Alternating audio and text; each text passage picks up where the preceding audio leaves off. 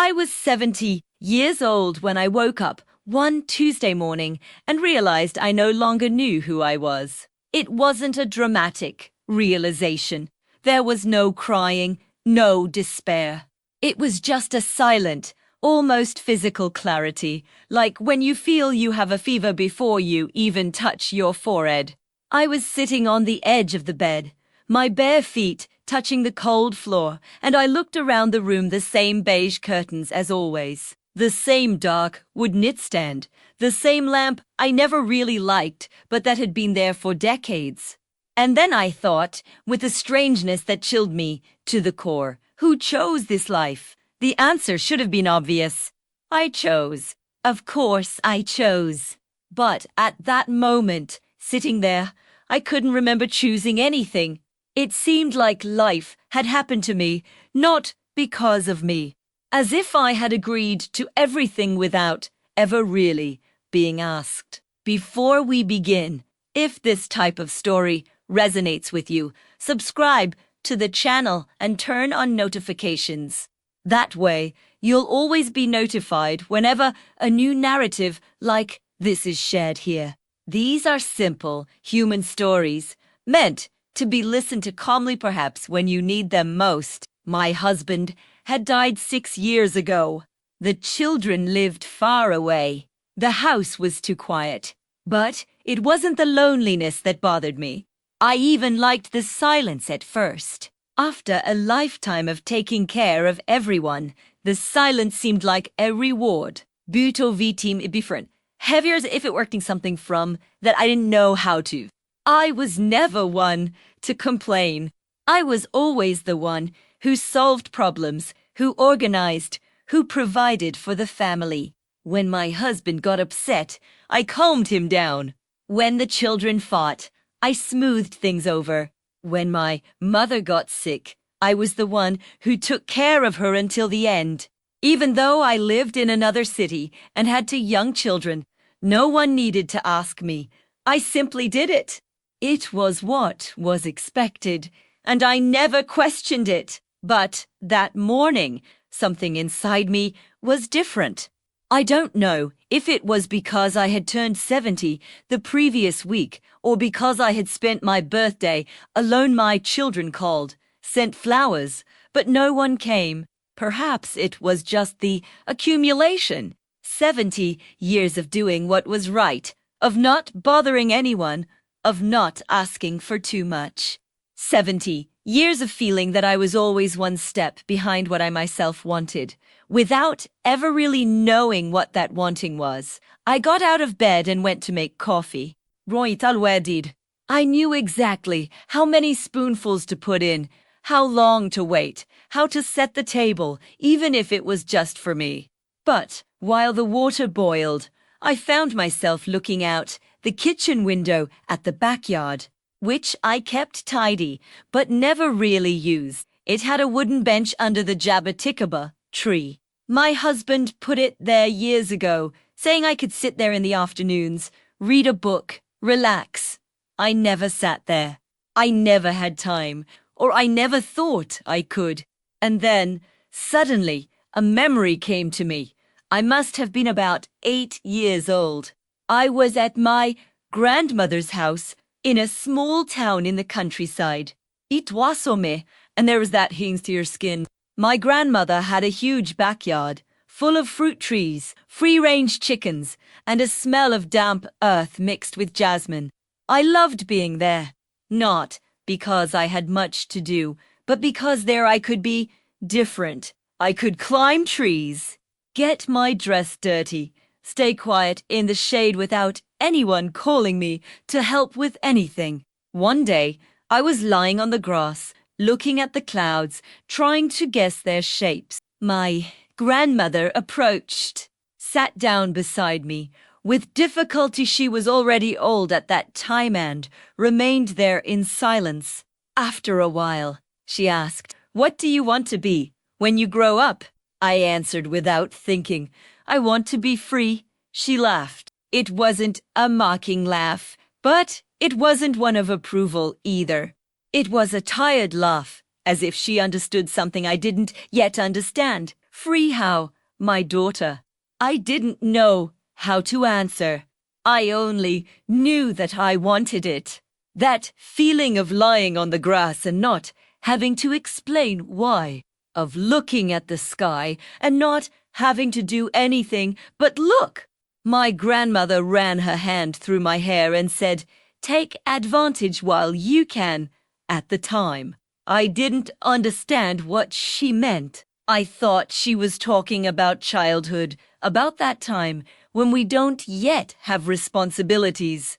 But now, 70 years later, with a cup of coffee in my hand and the empty backyard before me, I finally understand. She was warning me. She knew I was going to lose that we all lost it, that a woman's life, at least in her generation and mine, was made of giving up. Giving up time, dreams, the desire to lie on the grass for no reason. Giving up yourself, little by little, without realizing it, until one day you wake up and no longer know who you would be if you could choose. I drank the coffee slowly. It was too hot. It burned my tongue, but I didn't care. I stood there, in the kitchen, holding the cup with both hands, feeling the weight of that memory. I hadn't become free. I had become useful. And all my life, I thought they were the same thing. In the following days, I began to notice things that had previously gone unnoticed. Small details of my own home that seemed to belong to someone else. The color of the living room walls alight, beige that my husband chose because it matched everything. I never liked beige. I always found it bland, but I never said anything. The pictures on the wall, all bought by him or given as gifts by relatives, none chosen by me. The tablecloths I used, inherited from my mother-in-law. The pots and pans that I never replaced, even the ones that were already scratched. Because they still worked. It was as if I had lived 70 years inside a house that was never truly mine. And it wasn't just the house. It was everything. The clothes I wore practical, discreet, comfortable, but without any personality. I couldn't remember the last time I'd bought something just because I liked it, just because I wanted it. I always bought things thinking about what was appropriate, what would last longer, what wouldn't attract attention. Even my tastes seemed borrowed. I cooked the dishes my husband liked, watched the programs he chose, listened to the music that played on the radio without ever changing the station. When he died, I continued doing everything the same way, as if I was still waiting for his approval, as if I still needed to please someone who wasn't even there anymore. And the worst part was I didn't even know what I really liked anymore. If someone asked me, "What's your favorite color?" I'd have to think a lot, and I'd probably answer something generic, like blue or green, because those were colors everyone liked. But what about me? What toy did you like it? I did not know. I started feeling strange about myself. Not sad, exactly. It was more of a feeling of emptiness, as if I had spent my whole life filling the spaces around me, the house, the family, the commitments, but had forgotten to fill the space inside myself. And then, one Thursday afternoon, something small happened, but it stuck with me. I was at the supermarket. I didn't need much, just the basics: bread, milk, fruit. But when I passed the flower aisle, I stopped. There was a vase of sunflowers, big, yellow, vibrant. I looked at them and felt a sudden, almost childlike urge to take them home. But then I thought, why bother? Where am I going to put it? Nobody will see it. It'll wilt in a few days. I stood there, staring at the sunflowers, having a silent argument with myself. It was ridiculous. They were just flowers. But it seemed like that choice meant more than it should. It seemed that if I bought the flowers, I would be admitting something, that I deserved beautiful things even without a reason, that I could want something just for the sake of wanting it. In the end, I didn't buy it. I left the supermarket with a light bag and a heavy feeling in my chest. I kept thinking about those sunflowers the whole way home. And when I arrived, I put the groceries in the refrigerator, sat at the kitchen table, and finally let it come. I cried. It wasn't a loud, desperate cry.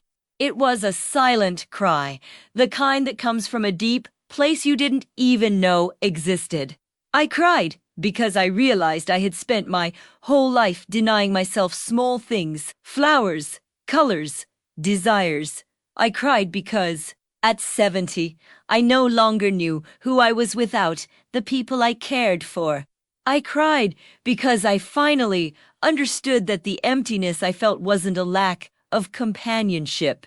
It was a lack of myself. After that crying spell in the kitchen, something inside me began to stir. It wasn't a clear change, not a conscious decision of now, things are going to be different. It was more subtle than that. It was as if, after 70 years of sleeping, a part of me had awakened and was finding the light strange. I started noticing patterns, things I did automatically, without thinking, without questioning.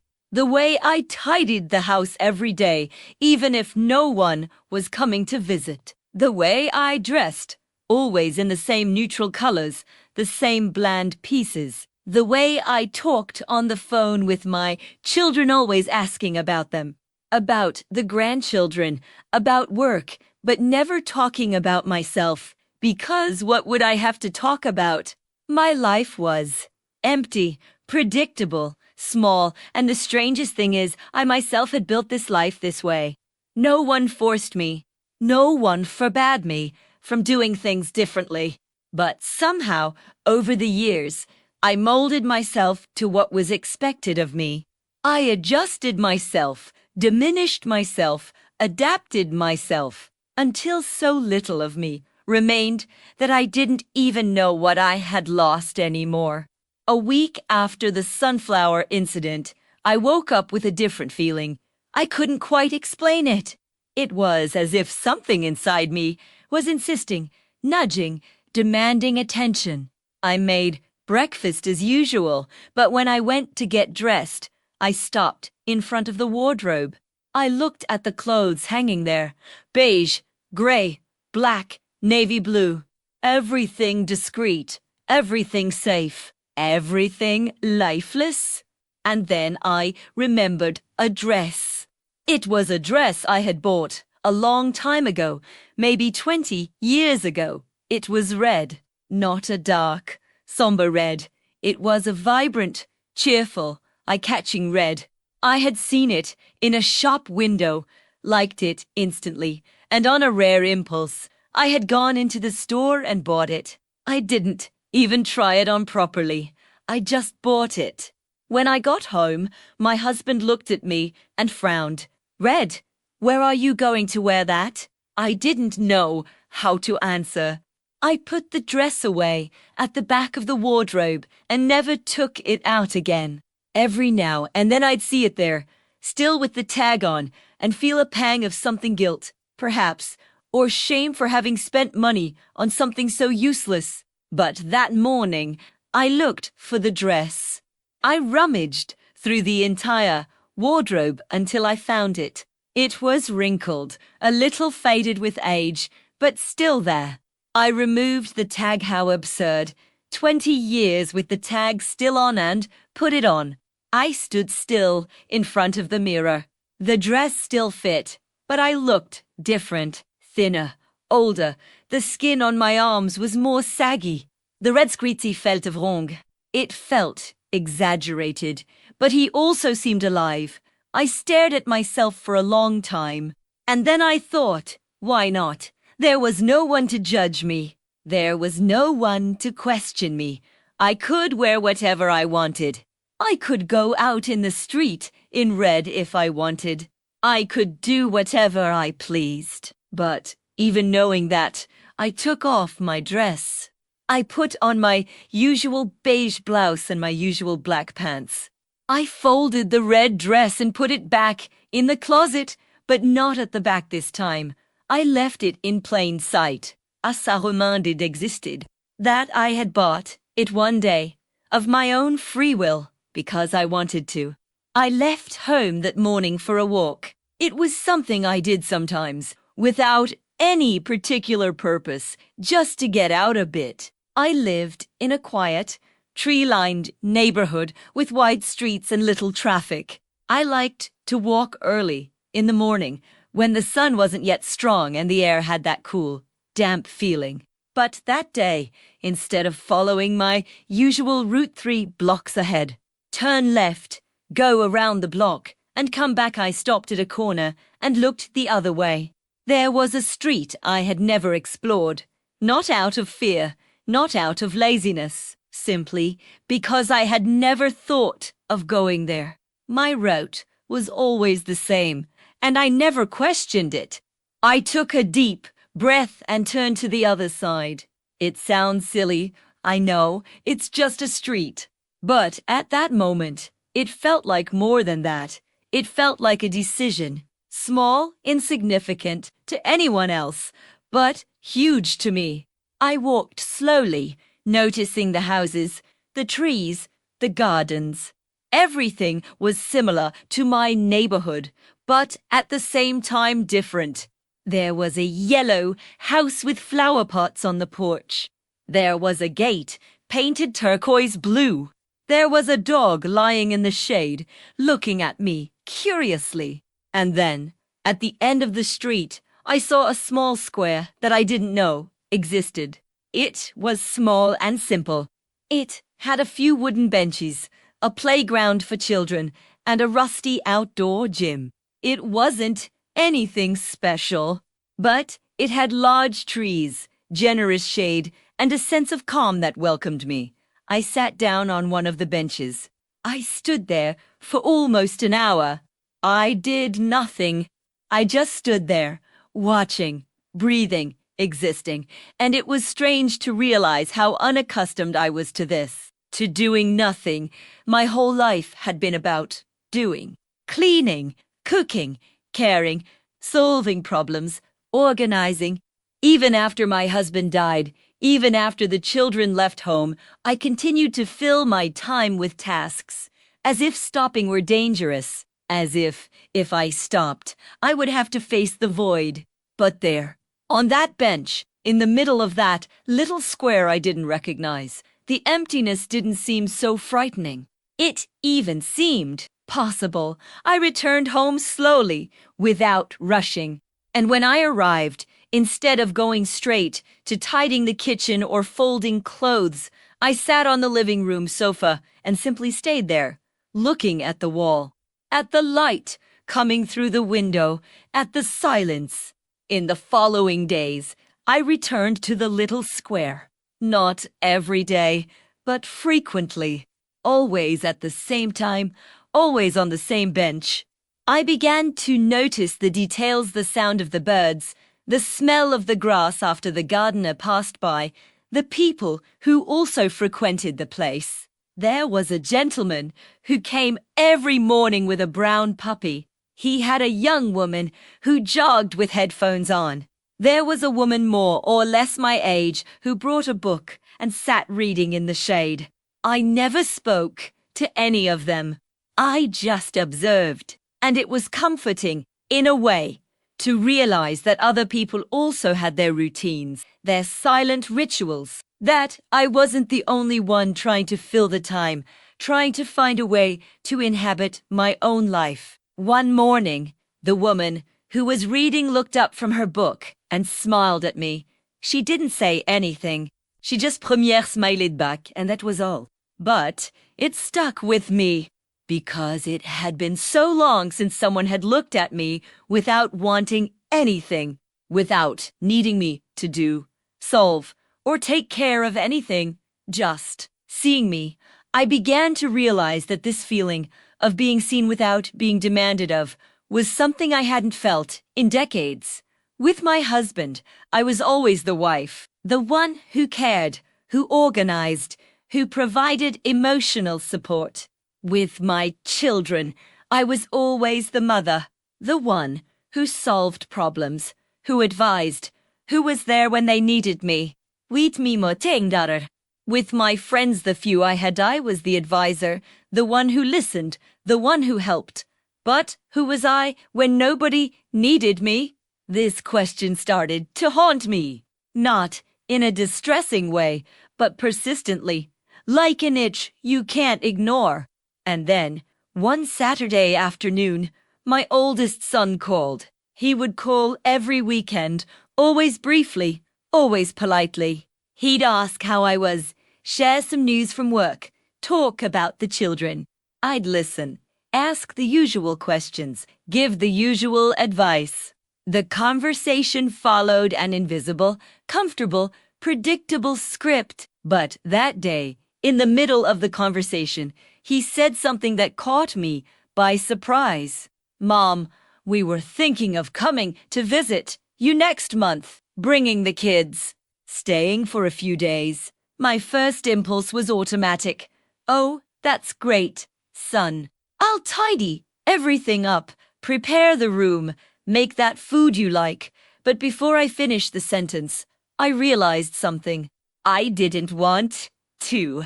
It wasn't that I didn't love my son. It wasn't that I didn't want to see my grandchildren.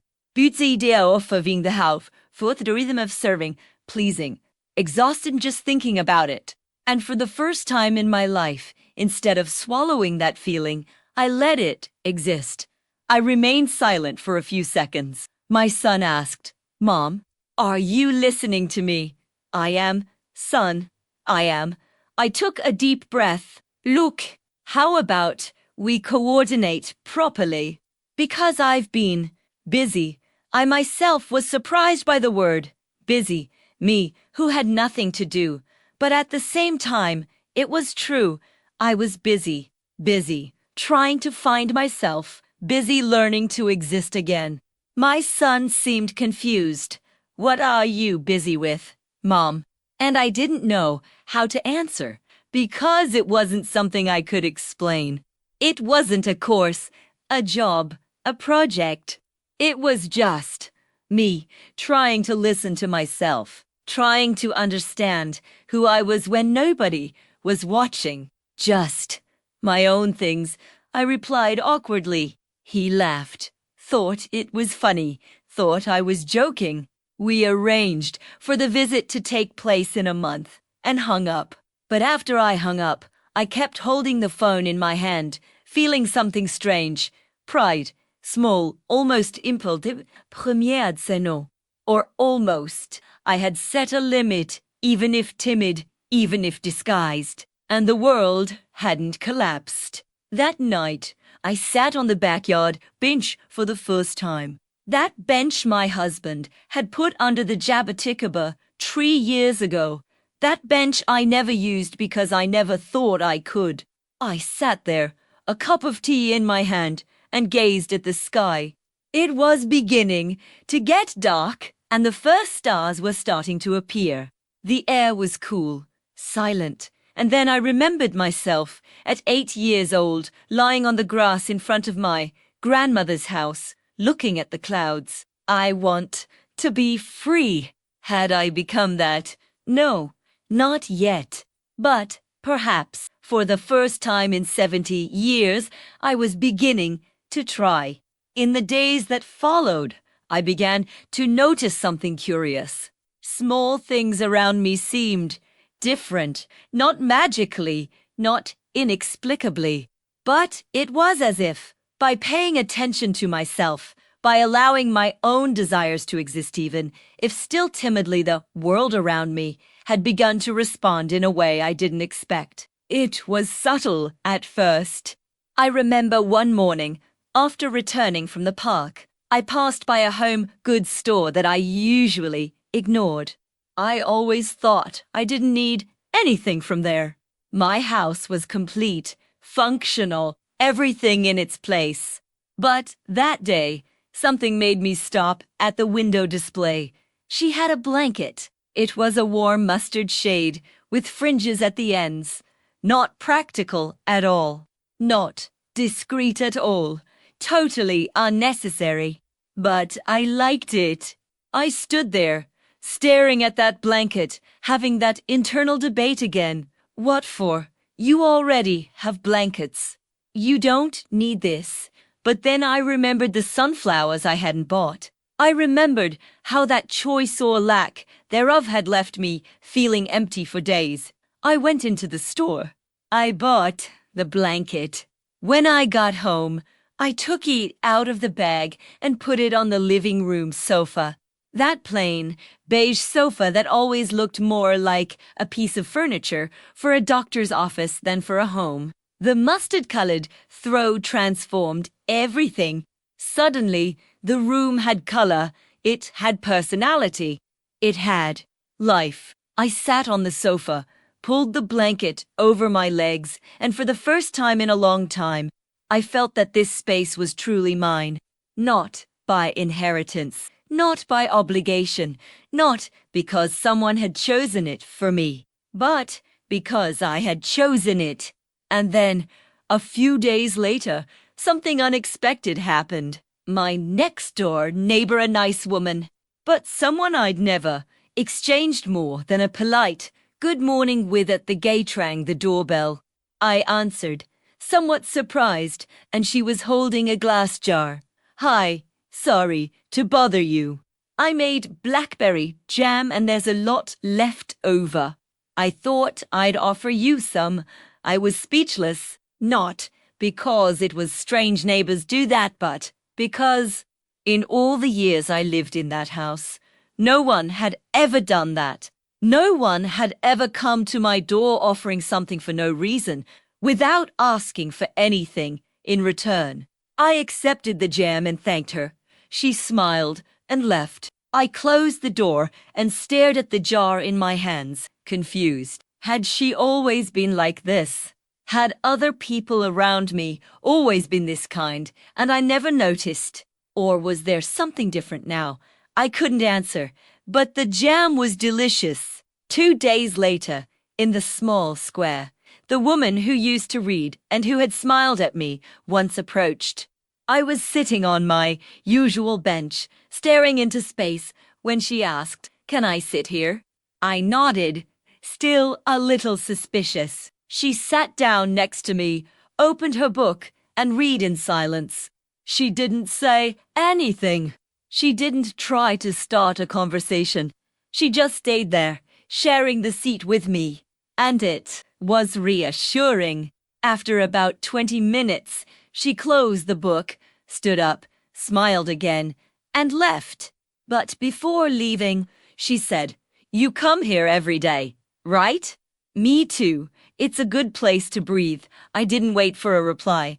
I just said it and left. I stood there, processing it all. She had seen me, not just that day, but on other days too. And somehow, she had decided that I was someone worth sharing the silence with. I started to wonder if I had always been invisible or if I had made myself invisible. If people never saw me or if I never allowed myself to be seen. And then I remembered something. Throughout all the years of my marriage, I had a habit of fading into the background. Not consciously, but it happened. When we were at family gatherings, parties, dinners, I always took a back seat. I was always the one who organized, the one who served, the one who made sure everything was running smoothly. But I was never the one who shone. I was never the one who told funny stories, the one who drew attention, the one who was remembered. My husband was outgoing. He spoke loudly, laughed loudly, took up a lot of space, and I always thought that's how it should be. That my role was to support him, to be the firm ground so that he could fly. But what about me? I've never flown. I've never tried. And now, at 70 years old, He realized he didn't even know if he still had wings. I started doing small experiments on myself. Nothing grand, just testing. Testing what would happen if I did things differently. For example, whenever I went to the market, I bought the same things: rice, beans, chicken, vegetables. Always the same brands, always the same products. Predictable, safe. But one day, I passed by the fruit section and saw pomegranates. I had never eaten pomegranate before. It seems ridiculous. 70 years of life and never having eaten pomegranate. But it was true. I never bought one because I didn't know how to prepare it, because I thought it was too much work, because nobody in my house liked it. But that day, I picked 3 pomegranates and put them in the cart. When I got home, I looked up on my phone how to eat pomegranates. I watched a video, learned how to open them, and patiently separated the seeds one by one. It took me almost half an hour. And when I finally tasted it, I found it surprising. Sweet, sour, crunchy. Unlike anything I'd ever known, it wasn't the perfect fruit. It wasn't the most delicious thing I'd ever eaten, but it was new. And that was enough. I started thinking about how many simple, small things I had let pass me by in life without experiencing them. How many flavors, how many textures, how many experiences I had denied myself because I never thought it was worthwhile. Because it never seemed important, because I was always busy taking care of what was important to others. And then I realized it wasn't just the pomegranates, it was everything. I had never gone to the movies alone. I had never traveled alone. I had never eaten at a restaurant alone. I always waited for company. I always waited for permission. I always said, wait till I include me to take me if I ever did that. Because the people around me were used to me being the caregiver, not the one being cared for. They were used to me being the problem solver, not the one asking for help. They were used to me being invisible, and I had allowed it. I had built it up. But what if I stopped allowing it? That's when I made a decision. I was going to do something I had never done in my life, something I had always wanted to do, but never had the courage to. Something that seemed silly, insignificant to anyone else, but that for me meant crossing an invisible border that I myself had built. She was going to have lunch alone at a restaurant, not in a simple place, not in an unpretentious place, in a good place, with tablecloths, waiters, a real menu, in a place where people went to celebrate, to enjoy themselves, to feel special. I made a date with myself, Friday, noon. I spent the whole week thinking about it, anxious, nervous, sometimes excited, sometimes wanting to give up. It's ridiculous. You're a 70-year-old woman going to a restaurant alone. People will look at you with pity. They'll think it's strange. But then I thought, so what? That's why I never allowed myself to do anything that might seem strange. I never allowed myself to occupy space without justification. I never allowed myself to exist just for the sake of it. Friday has arrived. I got ready carefully. I didn't put on the red dress. I still didn't have the courage for that. But I put on a light, a discreet necklace and a soft stick. I combed my hair and put on a light perfume. I looked at myself in the mirror and thought, you can do it. The restaurant I chose was in the city center. It was a place I recognized by name, one I'd passed by several times but never gone inside. It was beautiful. It had large glass windows, hanging plants, and natural light. I arrived at 11:50, 10 minutes early. I stood outside, looking inside, almost giving up. There were people inside. Couples, groups of friends, families. Everyone was accompanied. And me, all alone. I took a deep breath. I pushed the door open. The waiter greeted me with a polite smile. How many people? One. I replied, and my voice came out firmer than I expected. He didn't seem surprised. He didn't seem to feel sorry for me. He just picked up the menu and led me to a table near the window. I sat down, and then something strange happened. Nobody looked at me. Nobody seemed to notice. Nobody seemed to find it strange. People were busy with their own conversations, their own lives. I was just another person there, and that was liberating. Ouder died before mushroom risotto. I didn't even really know what it was, but the name sounded nice. When the dish arrived, I ate slowly, savoring each bite. I looked out the window. I saw people passing by on the street. I saw life happening outside while I was inside, alone, but not lonely. For the first time in a long time, I felt present in my own life. I finished pas habile and left the restaurant with French feeling my chest. It wasn't explosive happiness. It wasn't euphoria. It was something calmer, deeper. It was out of respect. Respect for myself, for having done that, for having decided that I deserved that moment, that space, that experience. And then, on the way back home, something happened. I passed by a flower shop, and there they were, sunflowers, big, yellow, vibrant, just like the ones I hadn't bought weeks ago. I stopped. I looked. Antitime, I'd had no doubt. When I got home, I put the sunflowers in a glass jar, the same jar I used to store kitchen utensils. I emptied it, washed it, filled it with water, and placed the flowers there, in the center of the living room table.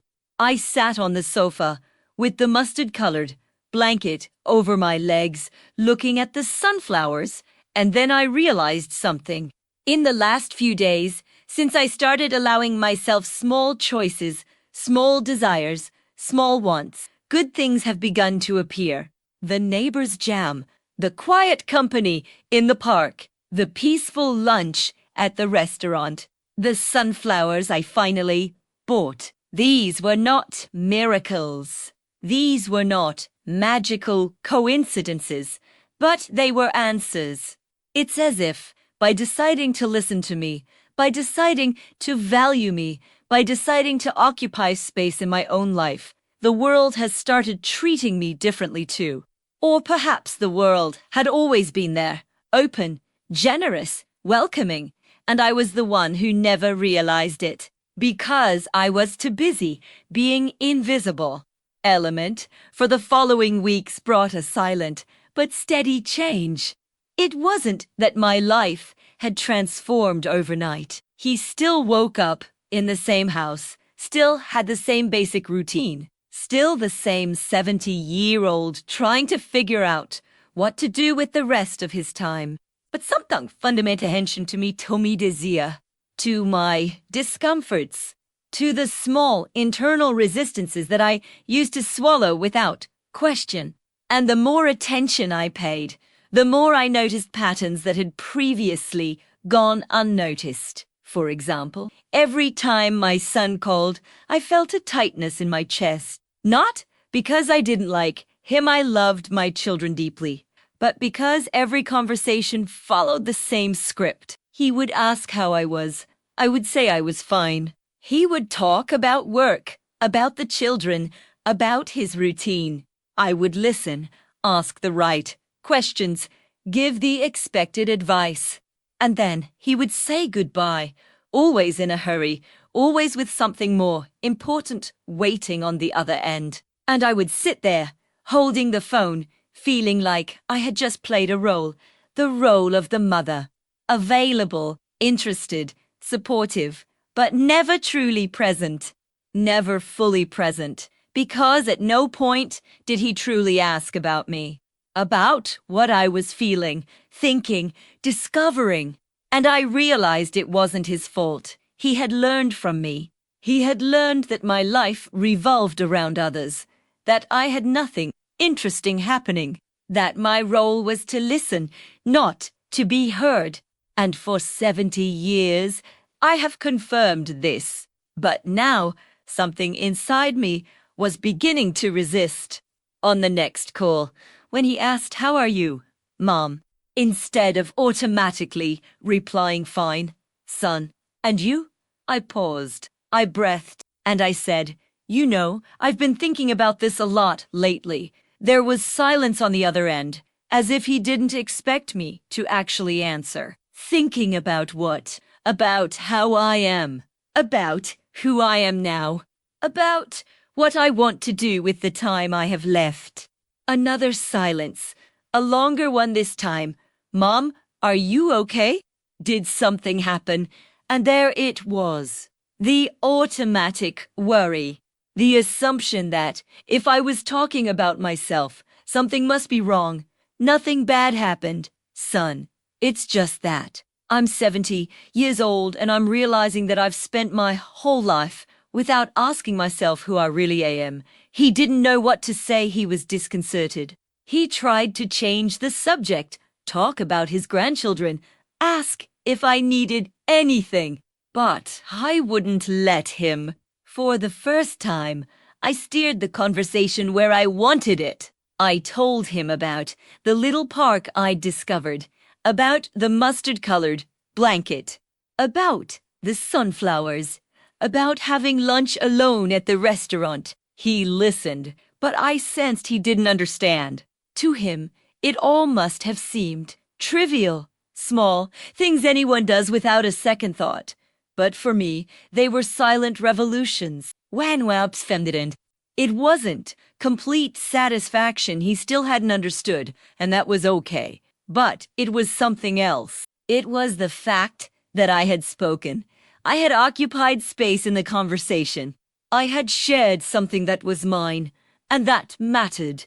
In the following days, I continued with my little experiments.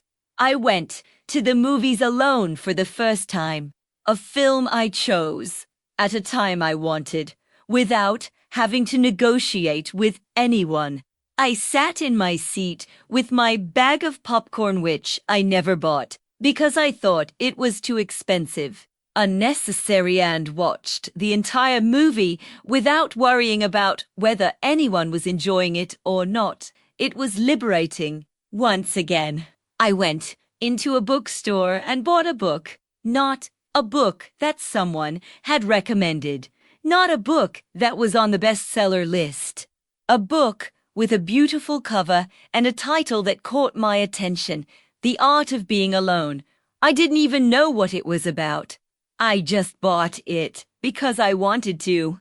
I read the entire book in 3 days, and I identified with it so much that I even cried on some pages. Because it talked exactly about the difference between loneliness and solitude, about how we can be surrounded by people and feel empty, and can be alone and feel whole.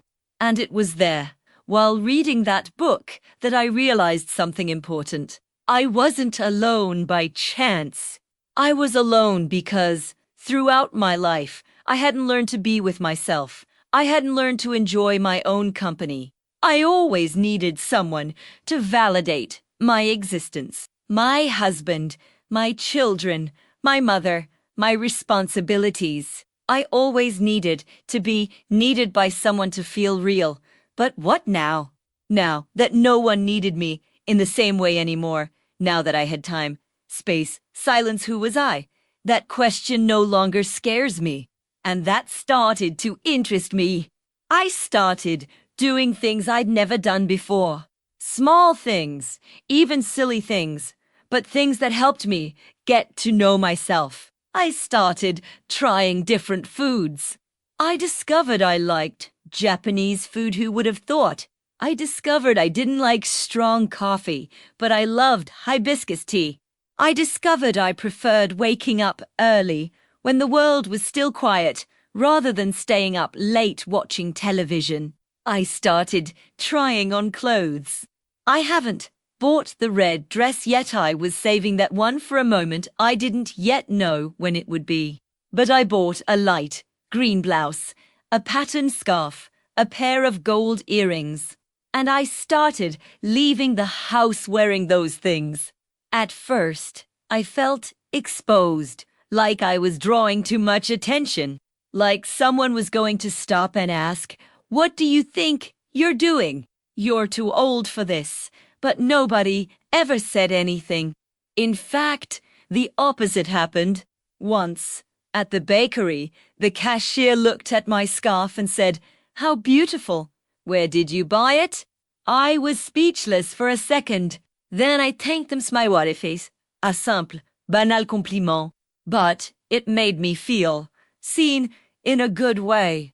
Once again, in the small square, the woman who was sharing the bench with me noticed my earrings. "You're different," she said, not as a criticism, as an observation. More light, and it was true. I felt lighter. Not because she had lost weight, not because she had solved some huge problem, but because she was carrying less, fewer expectations, less guilt, less need to please. I was beginning to allow myself to be. And then something happened that surprised me. My daughter came to visit me. She lived in another state, had 2 young children, and a busy life. She called infrequently, visited even less. Not for lack of love, but for lack of time. I understood. I always understood. I always told her everything was fine, that she didn't need to worry about me. Butitim shitradabrang, the afternoon. When I opened the door and saw her there, suitcase in hand, I was startled. Did something happen? She shook her head, went inside, and put her suitcase down. No, I just needed to get out for a bit. I left the kids with my husband and came. I made some tea. We sat in the living room. She looked around, noticed the mustard-colored blanket, the sunflowers already wilted, but still there. "Did you change anything here? Some small things?" I replied. She kept looking, as if trying to identify exactly what was different. "It's more beautiful, more you, me, too." I found it curious that she said that, because until a few weeks ago, even I didn't know who I was. We talked for hours, and it was different from the conversations we usually had. Normally, when my daughter came over, I would ask about her grandchildren, her husband's work, the house, everything concerning her life. She would answer politely. Butitim she would ask. He asked about me, about what I was doing, about how I was feeling, about whether everything was okay. And for the first time, I was honest. I talked about the emptiness I felt when I turned 70, about the realization that I no longer knew who I was, about the sunflowers I didn't buy and then bought, about having lunch alone, about the little park, about the small experiments I was doing with myself. She listened to me in silence. And when I finished, I realized she was crying. "Mom, I didn't know. I never knew you felt this way." And it was true. She didn't know because I never told her. Because I always pretended everything was fine. Because I always put everyone else's life before my own. But didn't hide it. "It wasn't your fault, daughter. It was mine." I never let anyone really see me. She took my hand. We stayed like that for a while, in silence. And then she said something that stuck with me. "I think I do the same thing. Mom, I live for my children, for my husband, for my work. But I don't even know who I am anymore when nobody's watching." And there, sitting next to my daughter, I realized something I had never noticed before. I had passed that on to her, not on purpose. not consciously, but by example. I showed her, throughout her life, that a woman's role was to efface herself, to serve, to support others, even if it meant disappearing. And she had learned. I felt a weight on my chest, guilt, perhaps, or sadness. But then I remembered something I read in a book about solitude. It's never too late to start over. It's never too late to find yourself. I looked at my daughter and said, but we can change, you know. We can lire. It doesn't matter how old we are. It doesn't matter how long we've lived the wrong way. We can try again. She nodded, wiped away her tears, and smiled. She stayed with me for 3 days. And they were 3 different days. We didn't just talk about other people. We talked about ourselves, about our fears, our doubts, our hidden desires. I took her to the park. I showed her the bench where I used to sit. I took her to the restaurant where I had lunch alone. We showed her the bookstore where I bought the book. And on the last day, before leaving, she hugged me tightly and said, "Thank you, Mom." Why? For showing me that there's still time. After she left, I sat in the living room alone again. But the loneliness was different. It wasn't heavy. It wasn't empty. It was just peaceful. I looked at the wilted sunflowers on the table. It was time to throw them away. But first, I took a picture of them. I don't know exactly why. Maybe to remember.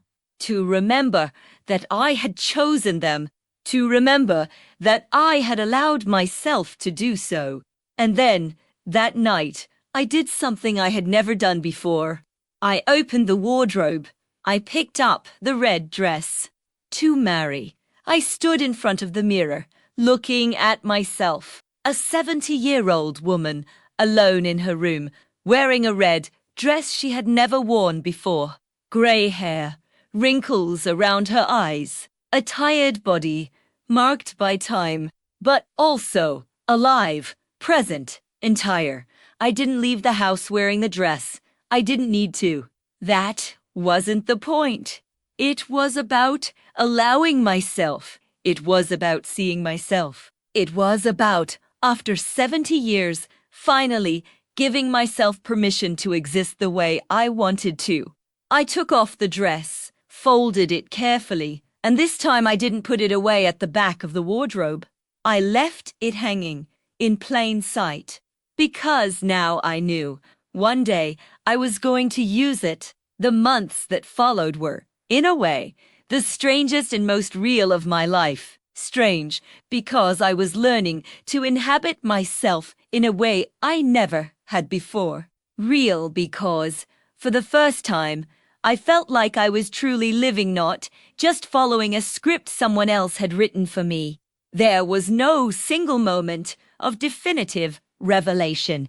I didn't wake up one day transformed, enlightened, completely healed from 70 years of absence. The change continued to be subtle, daily, almost imperceptible, but cumulative. It was like learning to walk again, slowly, stumbling sometimes, but always forward. I kept going to the little square. I kept sitting on the same bench, in the same shade. The woman from the book became a constant presence. We never talked much, a few phrases here and there, a comment about the weather, about the birds, about nothing in particular. But there was a silent understanding between us. To women who had learned that being alone didn't mean being abandoned. One day, she offered me the book she was reading.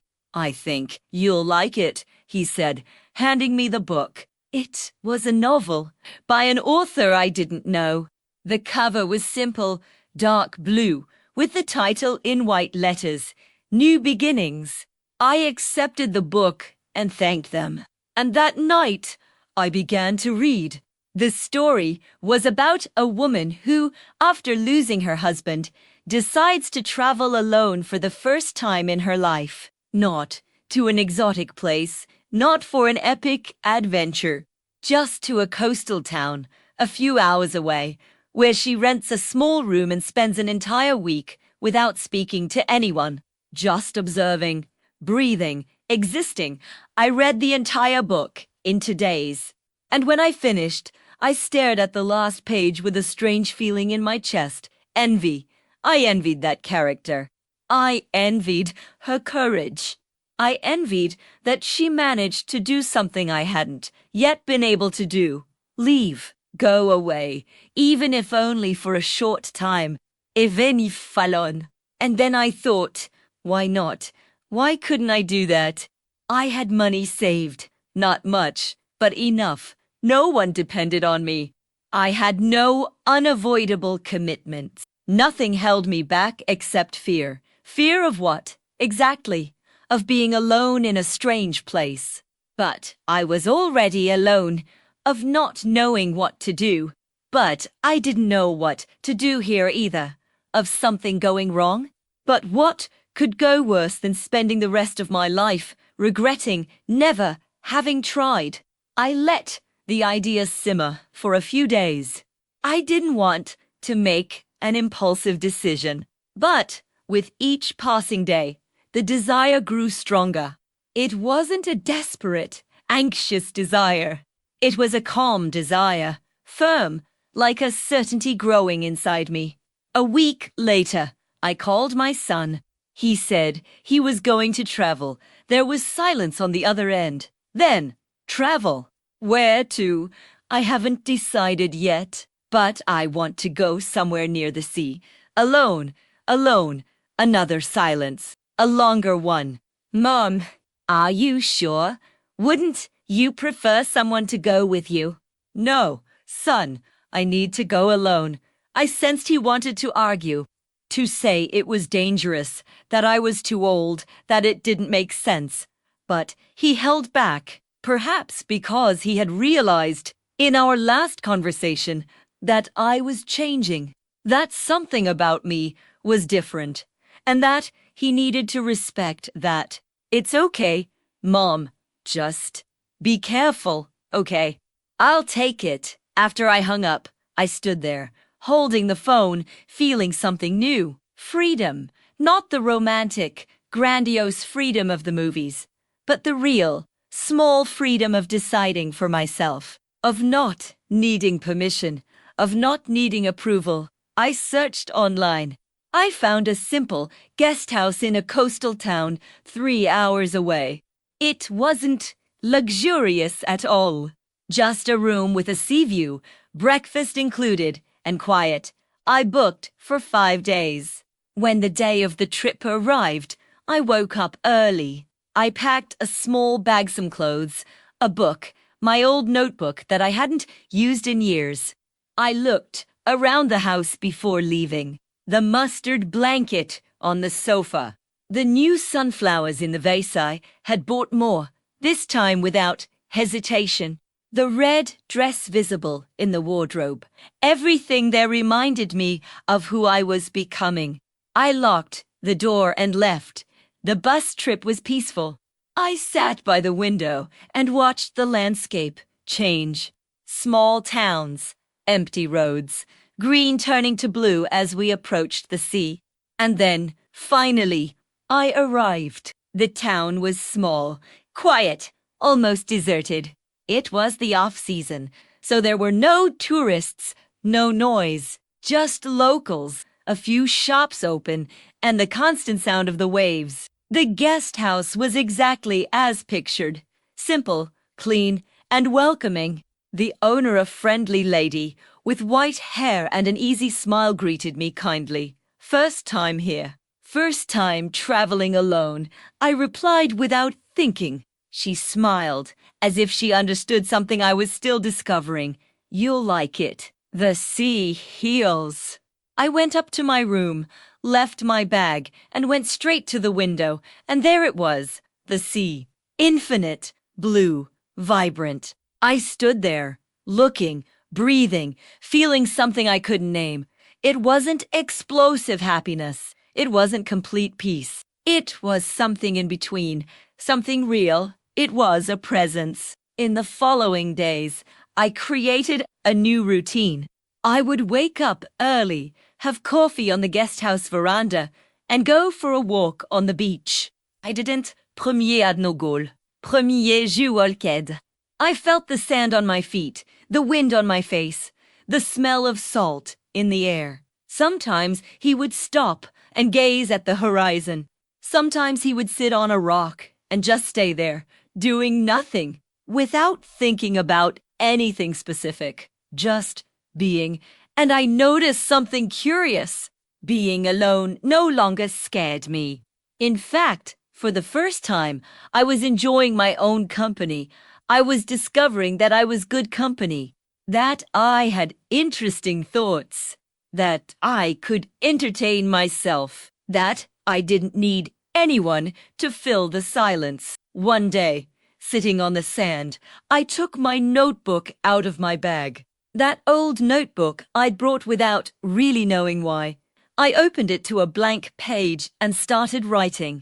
I didn't write anything profound, nothing poetic, just loose words, thoughts that came to me, memories that surfaced. It had no structure, no objective. It was just me listening to myself. I wrote about my grandmother, about the afternoon I said I wanted to be free, about how I never was. I wrote about my husband, about how I loved him, but also about how I lost myself in him. I wrote about my children, about how I wanted to be the perfect mother and ended up forgetting to be a woman. I wrote about the sunflowers, about the red dress, about the little park, about the mustard blanket. I wrote about myself, and it was liberating. Because for the first time, I wasn't explaining it to anyone.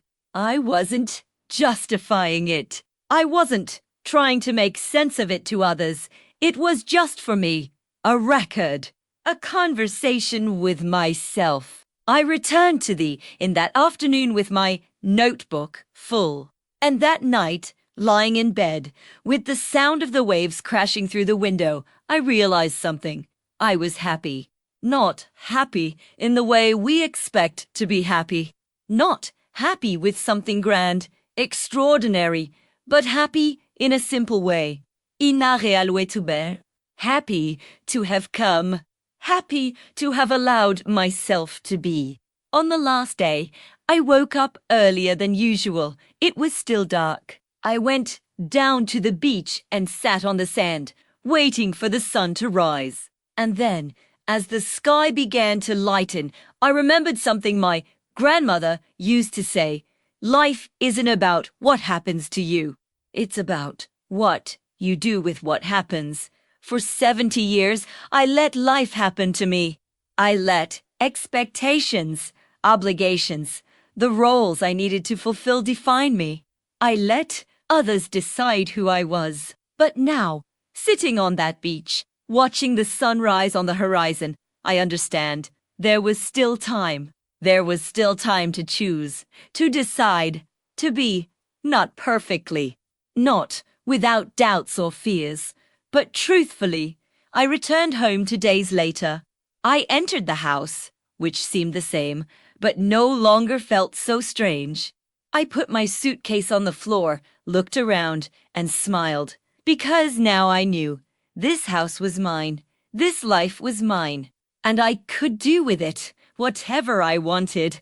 In the following months, I continued to change. Little by little, I bought more flowers. I changed the color of the bedroom curtains. I swapped the beige for a warm terracotta shade. I started cooking dishes I had never tried before. I went back to writing in my notebook almost every day.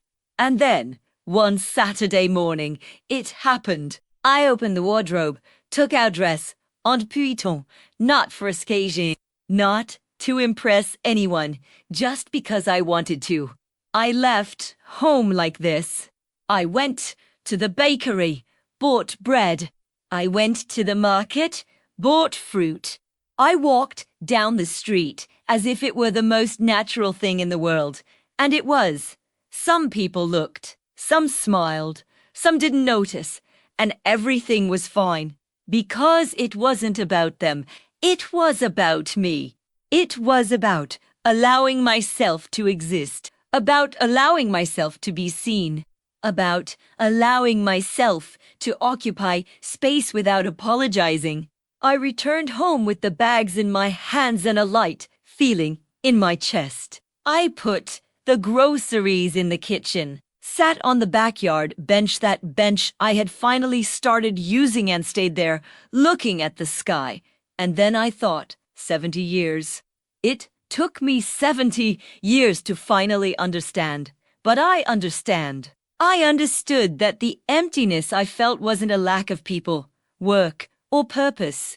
It was a lack of myself. It was having spent a lifetime molding myself to what others expected, adjusting myself, diminishing myself, until almost nothing was left. But now I was coming back.